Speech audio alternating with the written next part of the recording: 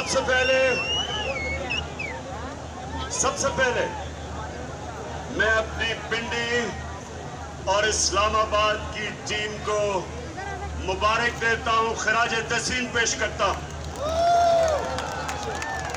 कि आज दो शहरों ने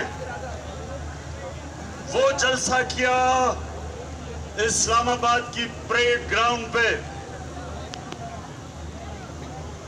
जो इस्लामाबाद और पिंडी की तारीख में माशाअल्लाह इतना अवाम का समुंदर कभी नहीं देखा। तो मुबारक हो, खराज तहसीन पेश करता हूं आपको। उसके बाद मैं सिर्फ एक अपने नौजवानों आप सबके लिए एक बात कहना चाहता हूं, सबके लिए जो अंदर घुस भी नहीं सके यहां आप सबको और वहां ऊपर भी सब बैठे हुए हैं, एक चीज आपने ध्यान रखनी है कि हमारी फैमिलीज और हमारी ख्वातीन बैठी हैं, आपकी जिम्मेदारी आपने इनका ध्यान रखना है। ये हमारा दीन है, हमारा फर्ज है कि हम अपनी बहनों बेटियों माओं का उनकी इज्जत करें और उनकी रखवाली करें। तो यहां मैं देख रहा हूं कि क्राउड ज्यादा बन रहा है, आपने बड़ा देख के उनका ध्यान रखना है। मैं आज सबसे पहले 26 मई की सुबह जब मैं इस्लामाबाद पहुंचा, सुबह को मैंने फैसला किया कि हम धरना नहीं देंगे। और मैं आज आप सबके सामने ये बताना चाहता हूं कि क्यों मैंने फैसला किया। क्योंकि मुझे पता था कि उस दिन जिस तरह आज अवाम का समुंदर आया, उस दिन शाम को अवाम का समुंदर ने आना था। और मुझे पता था कि लोगों में गुस्सा था अपनी पुलिस के खिलाफ और रेंजर्स के खिलाफ कि उन्होंने सिर्फ नौजवानों के ऊपर शेलिंग नहीं सिर्फ की, उन्होंने औरतों और बच्चों के ऊपर बेदर्दी से जिस तरह उन्होंने जुल्म किया, मुझे ये पूरा इल्म था कि उस दिन शाम को इंतशार होना था। उस दिन शाम को पुलिस और रेंजर्स के सामने मेरी कौम ने खड़े हो जाना था। मैंने इसलिए फैसला किया कि ये कौम भी मेरी है, पुलिस भी मेरी है, रेंजर्स भी मेरे हैं। मैं अपनी कौम में इंतशार नहीं फैलाना चाहता। मैं तो सिर्फ एक मकसद के लिए निकला कि टोटल हुकूमत मेरा मकसद सिर्फ निकले का एक है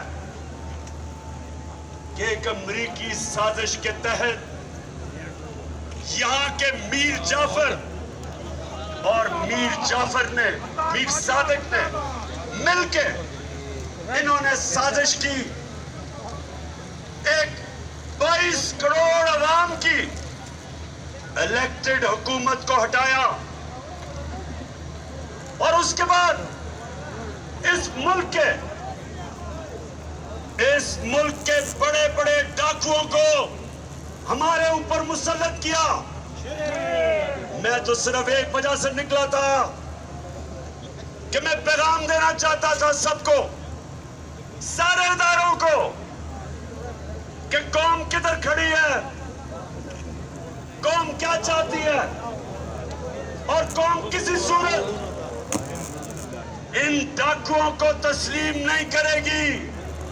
मैं तो इसलिए निकला था, मैं तो अपने मुल्क के इदारों के खिलाफ जंग लड़ने नहीं निकला, मैं अपने मुल्क का नुकसान कराने नहीं निकला था। तो ये सारे जो इंपोर्टेड हुकूमत के लोग हो, सब कान खुल के सुन लो। मुझे पता तुम्हारी कोशिश क्या है।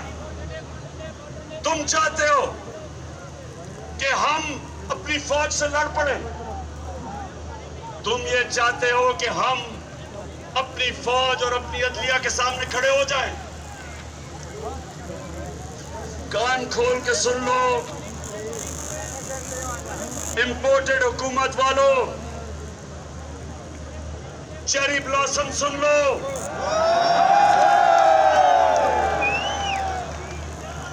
आसिफ जरदारी मुल्क की बीमारी सुन लो। फजलुर रहमान डीजल सुन लो।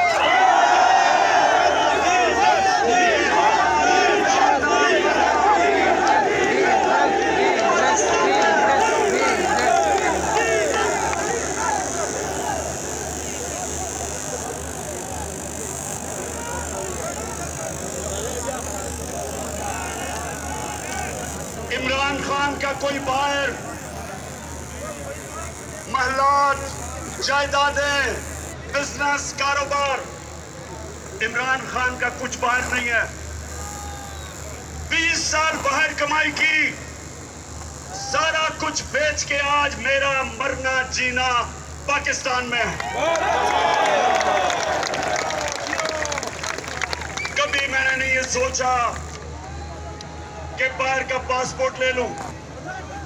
मैं जब 18 साल की उम्र से जब मुल्क से गया, कभी मेरे ज़हन में ये नहीं आया कि पाकिस्तान के अलावा मैं कहीं और रह सकता हूं। तो मैं ये इंपोर्टेड हुकूमत को पैगाम देना चाहता हूं, क्योंकि तुम लोगों का जीना मरना पाकिस्तान नहीं। नवाज शरीफ जैसे उसका एहतसाब शुरू होता है, मुल्क से बाहर भाग जाता है। मुशर्रफ के दौर में तुम दबा के बाहर सऊदी अरेबिया चला गया,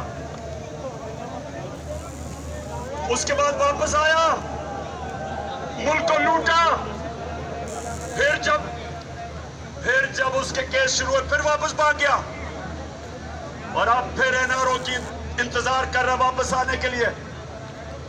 आसिफ जरदारी कितने साल बाहर रहा है? इनकी जायदादें, पैसा जो इधर से लूटा है वो बाहर है। इनको कोई फर्क नहीं पड़ता, इनको कोई फर्क नहीं पड़ता अगर पाकिस्तान नीचे जाता है, अगर रुपया गिरता है। इनके डॉलरों में पैसे हैं, इनकी दौलत में इजाफा होता है। अगर ये मुल्क नीचे जाता है इनको कोई फर्क नहीं पड़ता, क्योंकि ये तो फिर बाहर जा सकते हैं। नवाज शरीफ के तो बेटे बाहर हैं, बरतानिया का पासपोर्ट लिया हुआ है, कहते हम पाकिस्तान के शहरी नहीं। जरदारी जब प्रेसिडेंट था 50 दफा दुबई निजी दौरों पे गया। नवाज शरीफ 22 दफा लंदन निजी दौरों पे गया। तो इनको कोई फर्क नहीं पड़ता। ये वो लोग हैं पाकिस्तानी। ये गौर से सुने, ये जब इक़्तिदार में था जरदारी, इसने हुसैन हक्कानी के जरिए अमरीकी सिपा सलार को मैसेज दी। क्या पैगाम दिया कि अमरीकनों को कहा कि मुझे जरदारी को पाकिस्तान की फौज से बचा लो। प्रेसिडेंट होते हुए, पाकिस्तानियों प्रेसिडेंट होते हुए अमरीकनों को कहता है कि मुझे पाकिस्तानी फौज से बचा लो।